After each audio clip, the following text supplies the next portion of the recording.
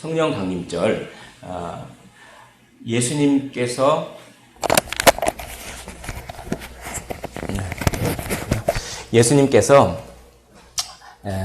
부활하신 날이 유대력으로는 초실절입니다. 그래서 유대력의 초실절로부터 50일 되는 절이 오순절이에요.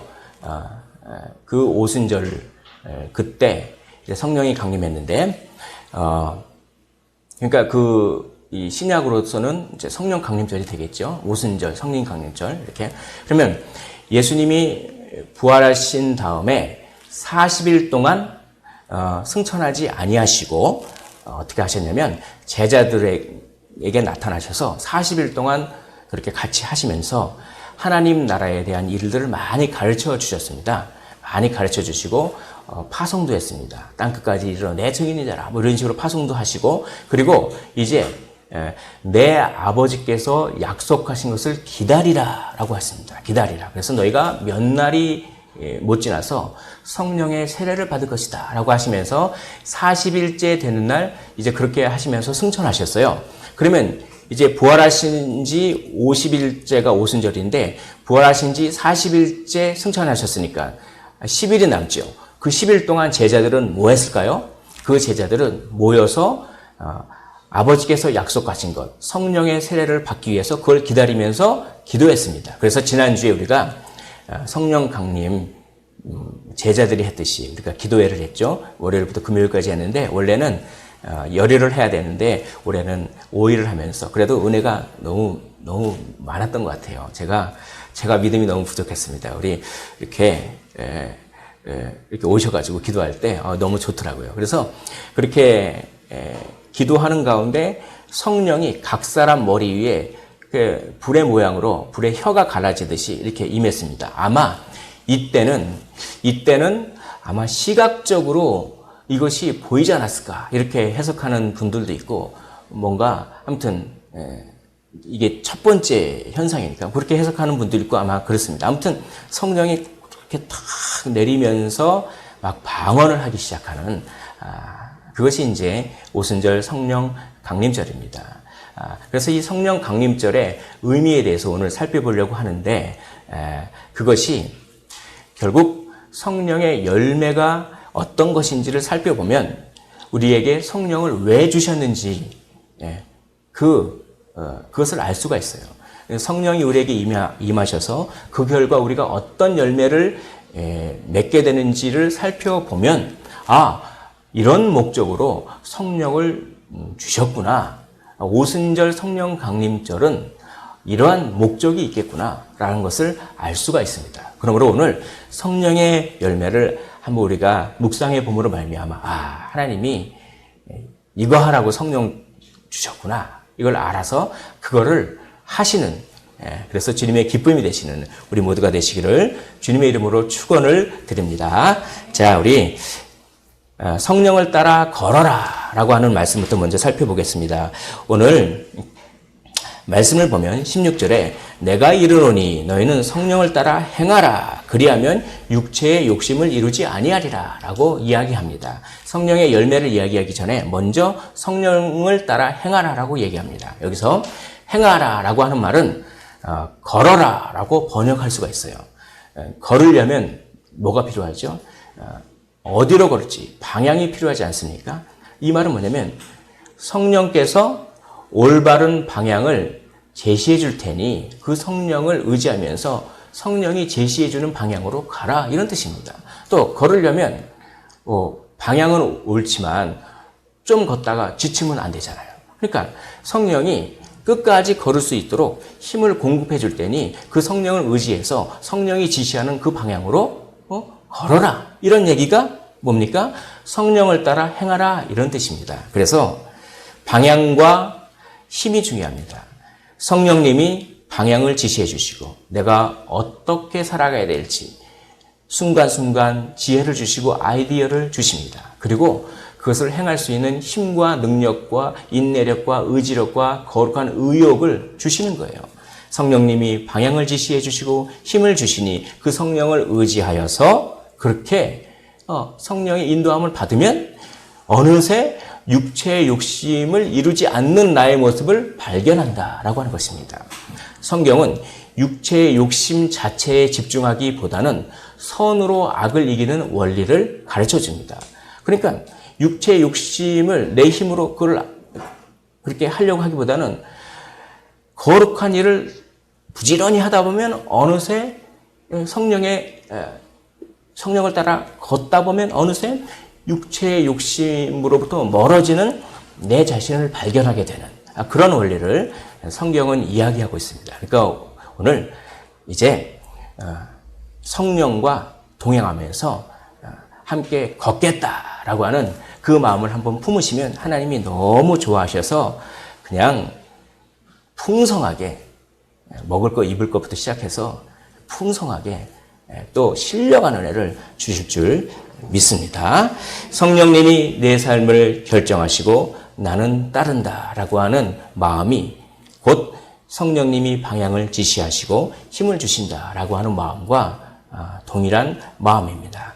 내가 내 삶을 결정하는 것이 아니라 성령님이 내 삶을 결정하시고 나는 따르겠습니다라고 오늘 결단하시고 순종하시기를 주님의 이름으로 간절히 축원을 드립니다. 자, 그렇게 하면 어떤 일이 있냐면 분별을 할 줄 알게 됩니다. 깨어 있게 되는 것이죠. 자, 17절이 너무 어려운 구절입니다. 그래서 이것에 대한 학자들의 의견을 살펴봤더니 여러 종류가 나오는데 우리 17절을 한 목소리로 한번 읽어볼까요? 자, 시작. 육체의 소욕은 성령을 거스르고 성령은 육체를 거스르나니 이 둘이 서로 대적하므로 너희가 원하는 것을 하지 못하게 하려 함이니라. 이거 너무 어렵습니다. 그러나 가장 그래도 건전하고 많은 분들이 주장하는 것을 요약해서 한마디로 말하면 이겁니다.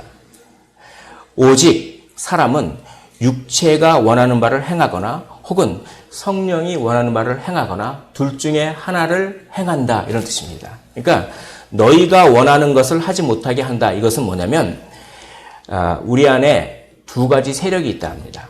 육체의 세력, 죄의 세력이 있고 성령의 세력이 있습니다. 그 둘이 서로 갈등을 일으키면서 그렇게 하는 것이죠. 그래서 너희가 원하는 것은 어떤 자기의 자발적인 의지를 얘기해요. 그러니까 자기의 자발적인 자율적인 의지는 없다 이런 얘기입니다.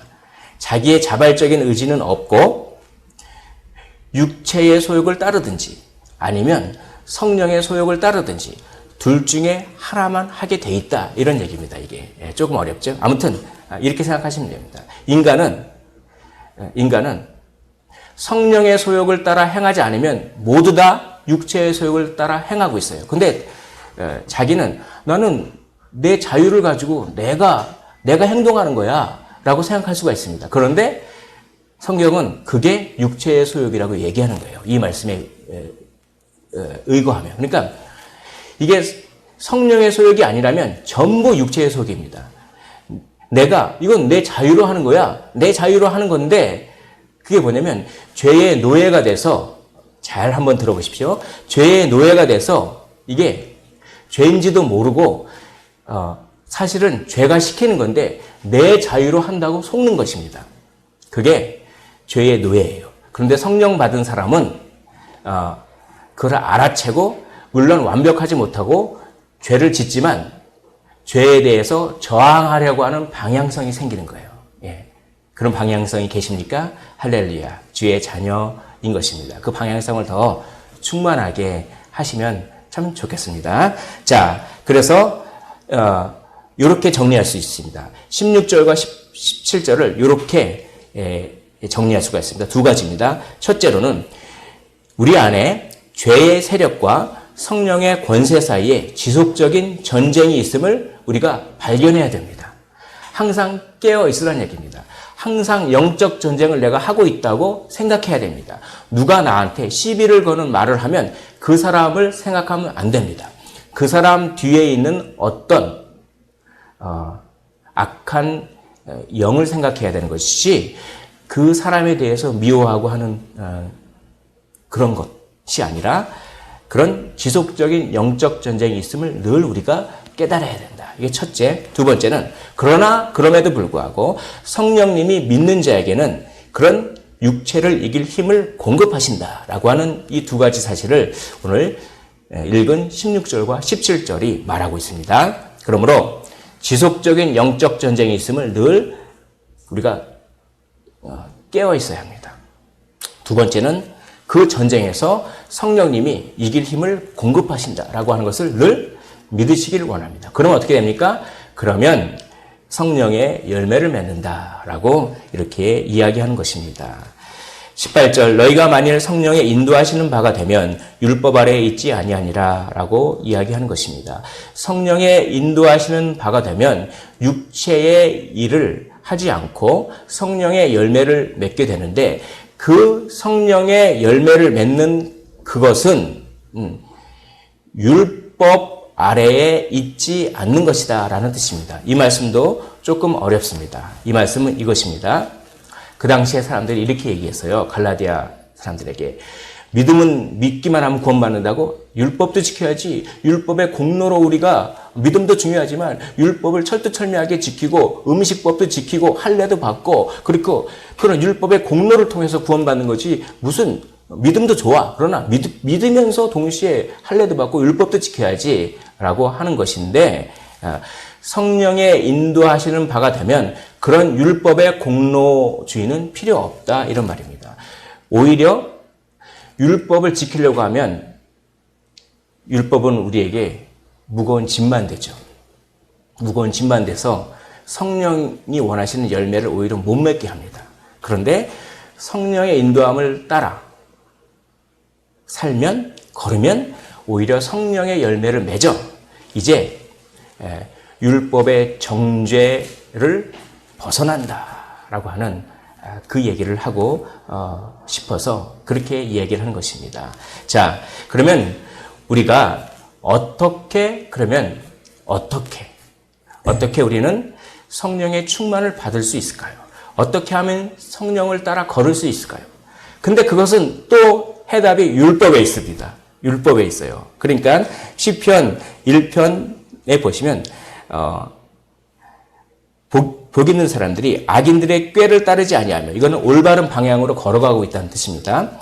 율법을 즐거워하여 율법을 주야로 묵상하는 자도라. 그러니까 복 있는 사람이 율법을 즐거워하여 율법을 주야로 묵상하는 사람인데 그런 사람들이 이 올바른 방향으로 가고 악인들의 꾀를 따르지 아니하고 그러니까 뭡니까? 성령을 따라 걸은다 이런 뜻이죠. 이게 뭔가 모순이 되는 것 같지 않습니까? 그런데 율법을 어떤 태도로 읽고 받아들이냐 그 차이예요. 율법주의자들은 율법을 자기 명예와 구원의 공로로 하기 위해서 읽고 지키고 한 것이지 그거는 안 됩니다. 그러나 그 율법의 말씀 앞에 내가 굴복하여 엎드려서 그 말씀을 겸손하게 내 자신에게 적용하고 할 때 그때 성령께서 역사를 해주시는 거예요.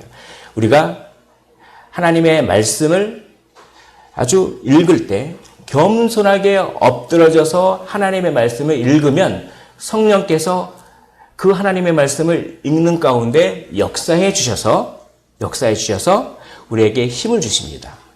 그런 원리로 성령이 충만하게 되는 거예요. 자, 이거 너무나 중요한 말입니다. 한번 따라해 볼까요? 말씀 앞에 굴복하여 시작. 사랑의 감화력. 결론은 사랑의 감화력입니다. 말씀 앞에 엎드려지는 자세로 읽으면 우리 안에 사랑의 마음이 충만해지는 것입니다. 내가 이렇게 용서받았구나라고 하는 하나님 나를 이렇게 사랑하는구나 라고 하는 마음이 하나님 말씀 앞에 굴복하여서 읽을 때 그런 사랑의 감동과 감화력이 아주 충만해지는 거예요. 그것이 우리의 거룩한 의지를 불태웁니다. 그래서 그 의욕으로 어떻게 합니까? 순종할 수 있고 심지어는 순교의 자리까지도 나갈 수 있는 능력과 힘이 사랑의 감화력으로부터 시작되는 것이에요. 여러분, 성령 충만을 받으십시오. 성령 충만을 받으십시오. 이런 말씀을 많이 들었는데 성령 충만을 받는다는 게 도대체 뭘까요? 신비스러운 방언을 하고 뭐 그런 걸까요? 뭐 기적을 일으키고 기적을 일으키지만 성령은 충만하지 않을 수도 있어요. 성령 충만은 우리 안에 사랑이 충만한 것입니다. 사랑의 감화력이 충만해서 하나님을 위해서 내가 뭔가 하고 싶은, 그리고 사람을 섬기려고 하고 사람을 그렇게 잘 섬기려고 하는 마음이 충만해질 때, 그런 의지가 충만해질 때 우리는 성령 충만하다라고 하는 것입니다. 오늘 바라옵기는 말씀 앞에 굴복하셔서 사랑의 감화력이 충만하심으로 말미암아 사람들에게 많은 사랑을 베푸시는 우리 모두가 되시기를 주님의 이름으로 축원을 드립니다. 자, 그러면 그렇게 사랑의 감화력이 충만해서 맺는 열매를 한번 짧게 말씀드리겠습니다. 아주 한 문장이 아주 촌철살인과 같은 한 문장으로 정리를 했습니다. 시간 관계상. 그렇지만 이 한 문장을 잘 마음속에 한번 새겨보시면 감사하겠습니다. 주보에 요약해 놨으니까 주보에 있는 것들을 한번 잘 살펴보십시오. 자, 근데 바울은 성령의 열매가 어떤 것인지를 더 잘 설명하기 위해서 먼저 육체의 일을 먼저 설명한 다음에 그것과 비교해서 성령의 열매를 설명함으로써 성령의 열매가 어떤 것인지를 더 잘 드러냅니다. 그래서 먼저 육체의 일들에 대해서 먼저 얘기합니다. 자, 육체의 일은 여러 가지가 있죠. 뭐 음행과 더러움과 호색과 우상숭배와 주술과 뭐 원수매는 쭉 있는데 이거를 크게 4가지의 주제로 분류할 수 있다고 저명한 학자가 얘기합니다. 자, 첫 번째는 음욕과 관련된 육체의 일이 음행과 더러운 것과 호색입니다. 음행은 어떤 일반적인 것이고 여기서 더러운 것은 무엇을 의미하냐면 선을 넘는 것을 의미합니다. 요즘은 선을 넘는 것을 자랑해요. 그래서 선을 넘는 사람들 뭐 이런 뭐 방송도 뭐 있는 것 같은데 이렇게 하나님께서 정해진 선을 넘는 일탈 행위를 더러운 것이다 이런 의미가 있어요. 호색은 뭐냐면 절제력이 부족한 상태예요. 그러니까 절제력이 부족한 상태, 그 호색 때문에 더러운 것, 선을 넘게 돼서 음행을 한다. 이것이 음욕의 3가지 죄입니다. 자, 이방 종교와 관련된 2가지가 나옵니다. 우상숭배와 주술. 주술은 막 마술 부리는 거 그건데 이 주술에 헬라어를 제가 한번 써봤습니다. 파르마케이아. 이 파르마케이아에서 무엇이 나오냐면 영어에 pharmacy라고 하는 단어가 나와요. 그래서 약국에 가면 여러분들 뭐 PH 뭐 이렇게 써지죠. pharmacy. 이게 이거예요. 그러니까 그 당시에 사람들이 마술을 부릴 때 약물을 이용했던 것 같아요. 그러니까 약물 먹고 약물 중독돼가지고 막 취한 상태로 막 그냥 마술 주문 외우고 막 그런 것들 통해서 기적을 일으키려고 하고 하는 그런 행위들이 그 당시에 많이 있었던 것 같습니다. 그것은 육체의 일이다라고 하는 것이죠. 3번째, 관계적인 것입니다. 이것이 바울이 가장 중요하게 하는 것입니다. 원수 맺는 것은 적대감을 말하는 것입니다. 괜히 싫어요. 피부 색깔 때문에 괜히 싫습니다. 그 사람이 나한테 뭐 한 것도 없는데 괜히 싫어요. 그거는 육체의 일입니다.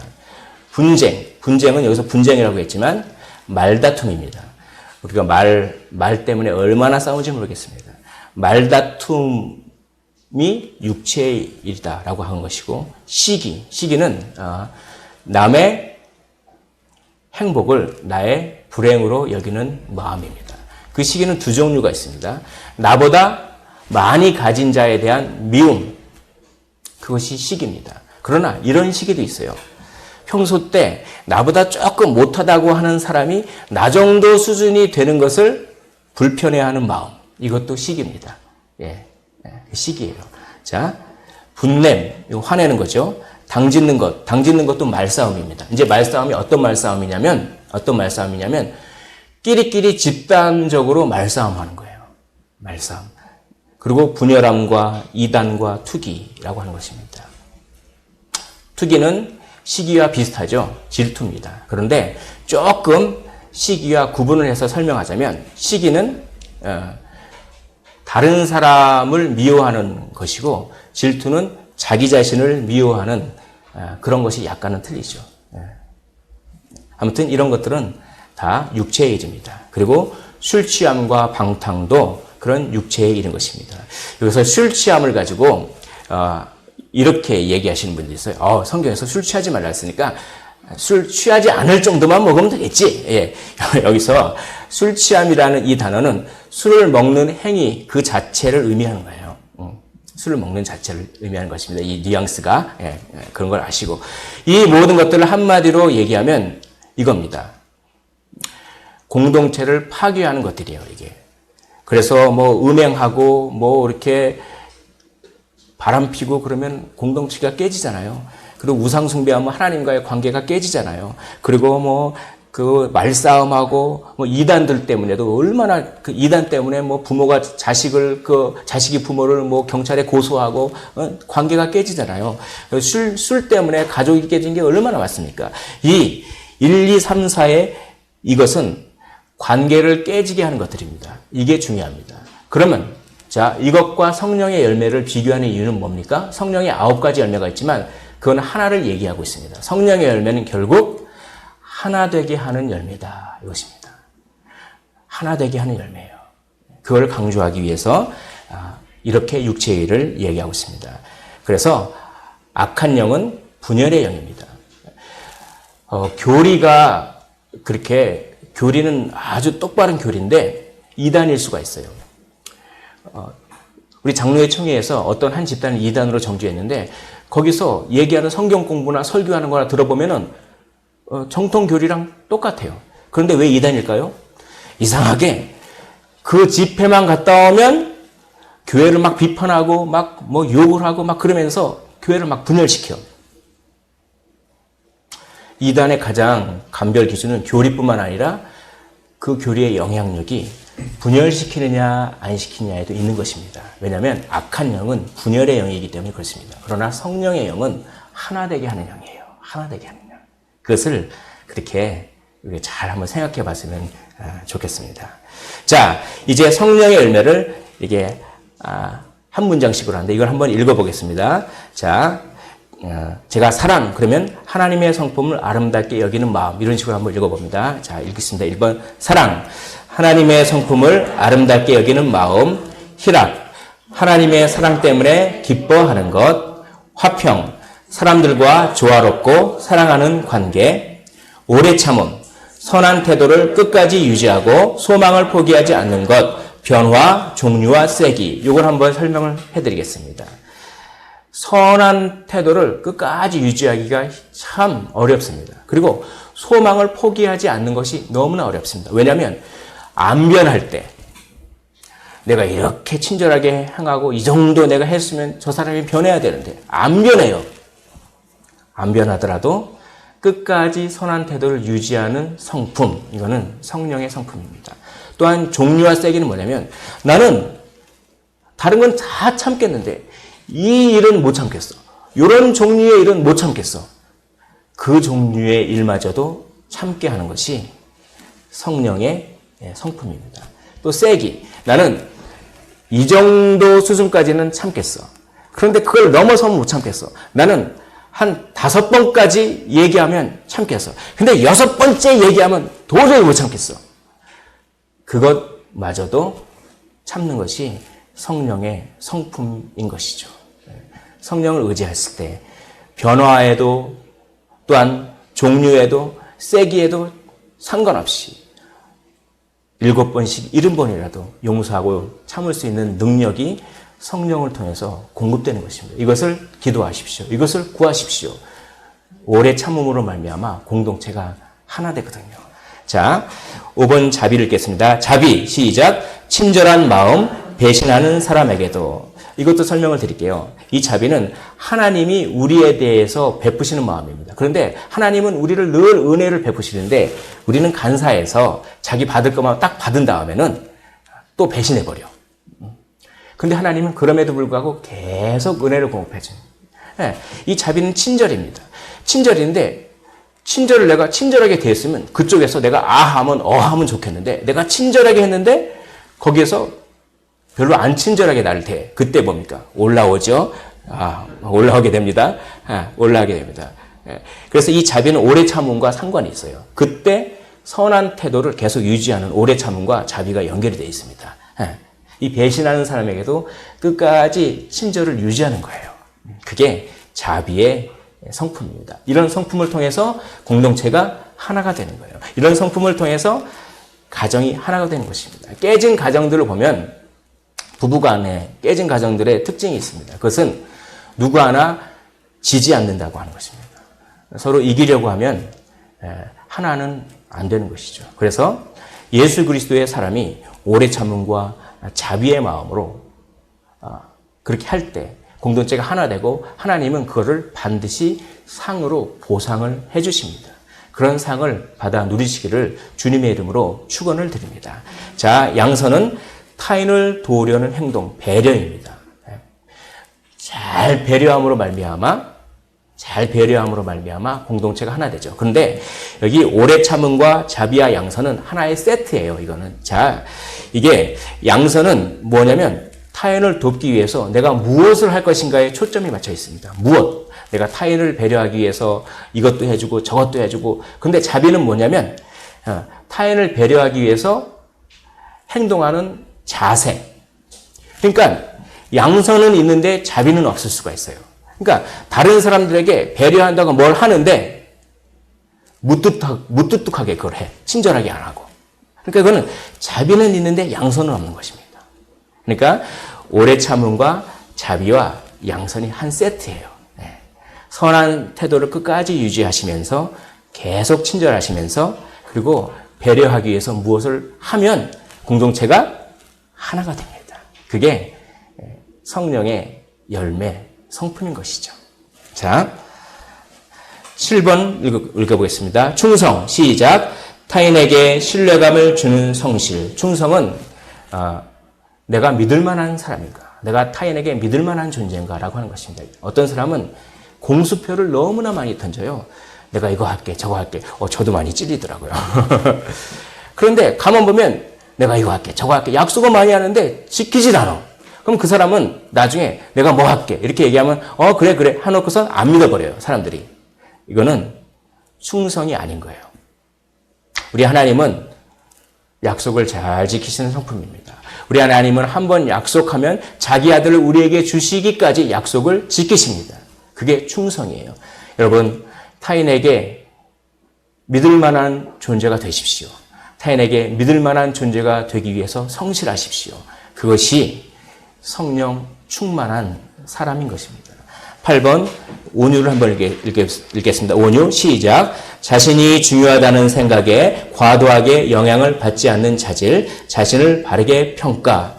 이것도 설명이 필요하네요. 자, 온유는 부드러운 거예요. 그런데 뭐냐면 언제 우리가 날카로워지냐면 나는 중요한 사람이라. 물론 우리는 예수 안에서 존귀한 사람이죠. 근데 내가 중요하다는 생각에 과도하게 집착할 때 날카로워져요. 나는 이렇게 중요한 사람인데 너는 나를 그렇게 이 정도밖에 취급을 안 해? 네가 하는 행동을 보니까 나는 이 정도 중요한 사람인데 너는 나를 그렇게밖에 취급 안 해? 라고 하면서 날카로워지는 거예요. 그러니까 자신이 중요하다는 생각에 과도하게 영향을 받지 않는 마음이 있으면 부드럽습니다. 또 자신을 바르게 평가하는 데서 이런 마음이 생기는 거예요. 뭐냐면 우리 사람들은 자기 자신에게 필요 이상으로 후한 점수를 줍니다. 그래요. 그런데 마틴 로이즈 존슨은 이렇게 설교합니다. 하나님과 자기 자신을 비교하고 하나님에 대해서 나 자신을 한번 바라봐라. 내가 얼마나 부족하고 점수를 받는다면 0점도 아니고 마이너스 점수인지. 그렇게 자신을 하나님 앞에서 바르게 평가하면 어떻게 됩니까? 마음이 겸손해지면서 다른 사람들이 뭐 실수하고 그런 거에 대해서 너그럽게 부드럽게 대한다라고 하는 것입니다. 그래서 온유는 그런 마음이 있습니다. 그래서 이 온유한 사람은 성령 충만한 사람인 것이에요. 온유를 기도하십시오. 그리고 마지막 9번 절제입니다. 절제 시작. 순간의 만족을 거룩한 목표에 굴복시키는 것입니다. 거룩한 목표 때문에 순간의 만족을 굴복할 줄 알아야 돼요. 그것이 절제입니다. 이 절제의 열매를 많이 맺으시기를 주님의 이름으로 축원을 드립니다. 그런데 왜 사랑이라고 하는 단어가 가장 먼저 나왔을까요? 이것은 사랑, 희락, 화평, 오래 참음, 자비와 양선, 충성, 온유, 절제를 할 수 있는 가장 근본적인 성품이 사랑이라는 것입니다. 그러므로 사랑을 구하십시오. 사랑은 하나님의 성품을 아름답게 여기는 마음입니다. 사실 사랑, 희락, 화평, 오래 참음, 자비와 양선, 충성, 온유, 절제는 우리의 성품이라기보다는 예수님의 성품이에요. 예수님이 끝까지 우리를 참으셨고 온유하셨고 예수님 우리에게 신뢰를 주시고 예수님은 순간의 만족 때문에 거룩한 목표, 십자가를 지는 목표를 그렇게 거부하지 않으셨고 그 예수님은 우리에 대해서 선한 태도를 계속 유지하셨고 예수님은 그 배신함에도 불구하고 계속 친절하고 은혜를 베푸시고 예수님은 우리에 대한 배려가 있으시다라고 하는 그 예수님의 성품인 겁니다. 이거를 어떻게 합니까? 계속 묵상하면서 거기에 아름다움을 느끼면 그거를 쫓아하고 싶어요. 그게 사랑이에요. 그것을 통해서 성령이 역사하는 것입니다. 그래서 이런 9가지 열매를 주렁주렁 맺으시기를 주님의 이름으로 간절히 축원을 드립니다. 자, 이 모든 것들이 다 하나 되게 하는 것입니다. 우리가 성령의 9가지 열매를 통해서 하나 되게 하는 거예요. 이거는 오순절 방언 사건과 직접적인 연관이 있습니다. 왜 오순절이 하필이면 성령이 임했을 때 방언이라고 하는 현상이 일어났을까요?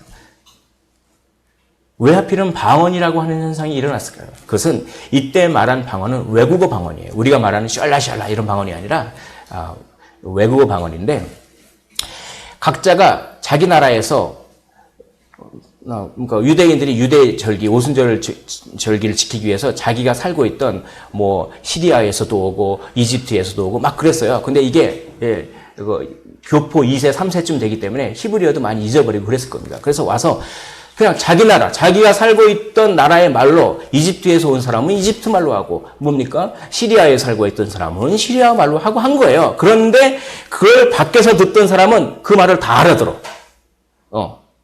그런 외국어 방언을 말하는 것입니다. 여기서 말하는 오순절에서 말하는 방언은 고린도전서에서 말하는 방언과 틀려요. 그 외국어 방언이 말하는 것은 뭐냐면 왜 언어가 흩어지게 됐죠? 바벨 사건이죠. 제가 잘 아는 어떤 사람은 성경에서 노아를 굉장히 존경합니다. 노아 때문에 고기 먹을 수 있다고 해서.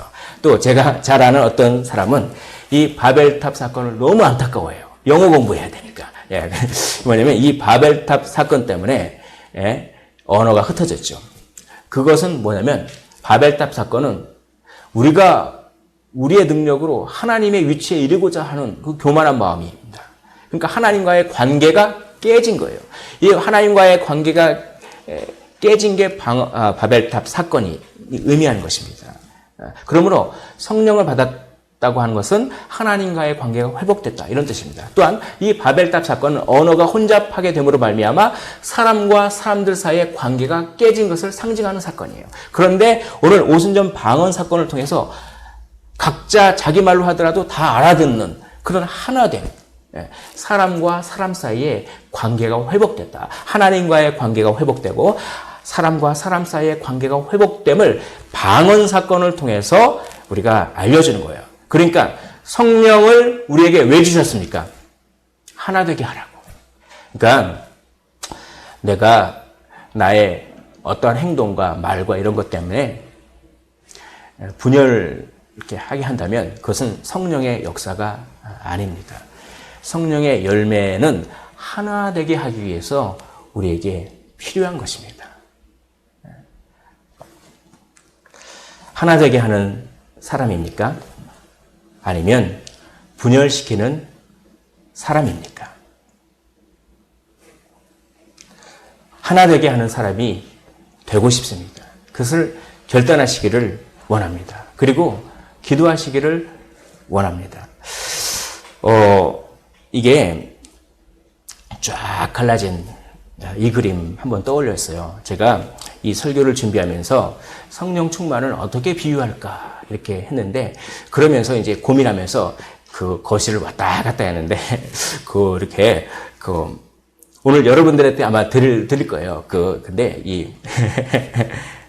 그 식탁에 쑥떡 같은 인절미 비슷한 게 있었어요. 그래서 이렇게 출출하는데 인절미나 하나 먹어볼까 하고 인절미를 딱 집어가지고 탁 넣었는데 굳었어. 딱딱해요. 물론 부드러운 부분도 있지만 그래서 이게 딱딱하거나 이빨이 약간 아팠습니다. 그걸 보면서 그렇지, 이게 성령이지. 여러분, 습기가 빠지면 어떻게 됩니까? 습기가 쫙 빠지니까 굳어져요. 그래서 이 성경에는 성령을 불로 설명도 하지만 성령을 물로도 설명합니다. 불의 이미지로 뜨거운 성령도 설명하지만 생명을 살려내는 생명수를 공급해서 이 사막에서 생명이 살려내는 물의 이미지로도 성령은 많이 성경이 소개합니다. 뭡니까? 습기가 쫙 빠지면 쫙쫙 갈라지죠. 분열이 되는 것입니다. 오늘 우리 찬양을 들었지만 빈들의 마른 풀같이 우리 성경에도 에스겔에 보면 뼈가 말라 비틀어졌어요. 습기가 하나도 없어요. 마른 뼈가 있었어요. 거기에 생기가 들어가니까 살이 붙고 근육이 붙고 사람이 살아나서 주의 군대가 됐듯이 뭡니까? 우리 마음이 지금 쫙쫙 갈라져 있습니까? 우리의 마음이 쫙쫙 갈라져 있으면 다른 사람도 갈라지게 해요. 이상하게 그러더라고요. 내 마음이 성령으로 충만하게 젖어 있으면 다른 사람도 이렇게 촉촉하게 적게 만들고, 그런데 내 마음이 쫙쫙 갈라져 있으면 다른 사람들도 그렇게 갈라지게 하고 분열시키고 날카롭게 되더라고요. 저도 그렇습니다. 여러분, 쫙쫙 갈라져서 습기가 없어서 땅이 막 분열되고 있죠. 거기에 성령의 단비를 맞으시기를 주님의 이름으로 축원을 드립니다. 그래서 내 마음이 아주 풍성해지고 내 마음이 풍성해지고 그 마음의 밭에 뭡니까? 콩도 심고 팥도 심고 뭐 과일도 심고 그러면 열매가 주렁주렁 맺지 않겠습니까? 그런 마음의 밭을 준비하십시오. 그러면 성령이 일하십니다. 나를 통해서 하나 되게 하시는 것이죠. 어떤 사람이 성령 충만한 사람입니까? 어떤 사람이 예수의 사람입니까? 하나 되게 하는 사람입니다. 바울은 얘기합니다. 그리스도 예수의 사람들은 육체와 함께 그 정욕과 탐심을 십자가에 못 박았느니라. 정욕과 탐심을 십자가에 못 박는다는 것은 무슨 얘기입니까? 그건 십자가를 묵상하라는 얘기입니다. 십자가를 묵상하면 사랑의 가마력이 생깁니다. 내가 이렇게 용서받았고 하나님이 나를 이렇게 사랑하지 라고 하면서 십자가를 못 박으면 사랑의 가마력이 생기면서 어떻게 합니까? 육체의 욕심을 하지 않게 되는 것이에요. 그것을 정욕과 탐심을 십자가에 못 박았다 이렇게 비유하는 것입니다. 제가 아까 말씀드렸죠. 정욕과 탐심 그 자체에 집중하기보다는 내가 받은 사랑에 집중하는 것입니다. 그러면 나도 모르게 정욕과 탐심을 멀리하게 있는 나 자신을 발견하게 되는 거예요. 그것을 정욕과 탐심을 십자가에 못 박았느니라 라고 이렇게 표현한 거예요. 근데 이걸 잘못 오해해가지고 뭐 자기 자신을 진짜 못 박는 사람이 있어. 뭐 학대하면서 이런 거 아닙니다. 이런 거 아니에요. 사랑의 가마력으로 하나 되게 하는 사람, 죄에 대해서 철저히 저항하려고 하는 사람이 정욕과 탐심을 십자가에 못 박은 사람이요, 이 사람이 성령 충만한 사람이요, 이 사람이 하나 되게 하는 사람인 줄 믿습니다. 오늘 조나단 에드워즈의 설교를 한번 인용하면서 마치려고 합니다. 한번 잘 보십시오. 우리가 정욕과 탐심을 십자가에 못 박은 사람이 성령 충만이라고 하는 사람이라고 하니까 죄가 하나도 없는 사람만이 성령 충만한가? 나는 죄를 짓는데? 라고 하면서 불안해하거나 두려워하지 마십시오. 그런 방향성이 있는지가 중요한 것입니다. 그리스도의 삶의 과정은 죄가 전혀 없는 삶을 의미하지는 않습니다. 불완전함과 실수가 있어도 내 안에 방향성이 있습니까? 거룩한 실천을 하려고 하는 용의가 있습니까? 그런 증거가 있습니까? 그걸 한번 자기 자신에게 시험해보고 돌아보라는 것입니다. 어떤 거냐면 거룩한 행실의 실패로 슬프고 겸손해지는 대로 돌아가십니까? 우리의 은혜가 지난 과거의 죄를 혐오감 있게 그렇게 느끼게 해서 애통하는 영향력을 우리 마음 가운데 일으킵니까? 자기 자신에게 한번 질문해 보라고 에드워즈가 얘기합니다. 한번 질문해 보십시오. 답을 해 보십시오. 마음속으로. 행실이 더 나아진 것이 없다는 사실 때문에 큰 부담이 됩니까? 항상 습관적으로 나는 죄 짓는 것을 두려워하는 마음을 가지고 있습니까? 아니면 이 정도쯤이야 라고 마음 먹고 있습니까? 거룩한 행실로 가는 길이 즐거우십니까? 완벽하진 못해도. 거룩한 행실을 세상의 도덕과 구별하고 세상의 도덕보다 성경이 말하는 거룩한 행실을 더 가치 있게 높이 평가하십니까? 그걸 완벽하게 지키진 못해도. 거룩한 행실을 유산처럼 여기며 내가 하나님을 위해서, 하나님 나라를 위해서 감당해야 할 의무가 무엇인지 깨닫기를 원하는 소원이 있으십니까? 만일 이런 종류의 증거가 있다면 할렐루야. 주의 자녀요. 그 정욕과 탐심을 십자가에 못 박은 자입니다. 우리 죄성이 있어서 죄를 짓지언정 그런 사람입니다. 할렐루야. 그 안에서 이제 자라가십시오. 저는 이 설교를 듣고 많은 위로를 받았습니다. 만약 이런 종류의 증거가 있다면 그 안에서 자라가면 됩니다. 어떻게요? 하나 되게 하는 사람으로 자라십시오. 화평케 하는 사람으로 자라십시오. 성령 충만한 사람으로 자라십시오. 사랑과 희락과 화평과 오래 참음과 친절과 자비와 양성과 충성과 사람들에게 믿을 만한 존재와 목표에 순간적인 만족을 굴복하는 절제로 자라가시기를 원합니다. 실수하여 넘어진다 할지라도 하나님의 자비하심 속에서 다시 일어나게 될 것입니다. 우리 안에 착한 일을 시작하신 이가 그리스도 예수의 날까지 이루실 줄 확신합니다. 우리 주님께서 해주실 거거든요. 우리 여기 성도 여러분들 다 열매 맺게 해주실 거거든요. 말씀을 정리하도록 하겠습니다. 성령 충만한 사람은 어떤 사람입니까? 그것은 사랑의 감화력이 충만한 사람입니다. 그리고 그 사랑의 감화력으로 하나 되게 하는 사람입니다. 이런 사람이 되시길 원합니다. 사랑과 기쁨과 화평과 인내와 끝까지 친절함과 배려와 믿을 만한 성실과 온유와 절제로 하나 되게 하고 공동체를 살려내어 잘했다. 충성된 종이다. 라고 칭찬을 받으시는 우리 모두가 되시기를 주님의 이름으로 축원을 드립니다. 우리 찬양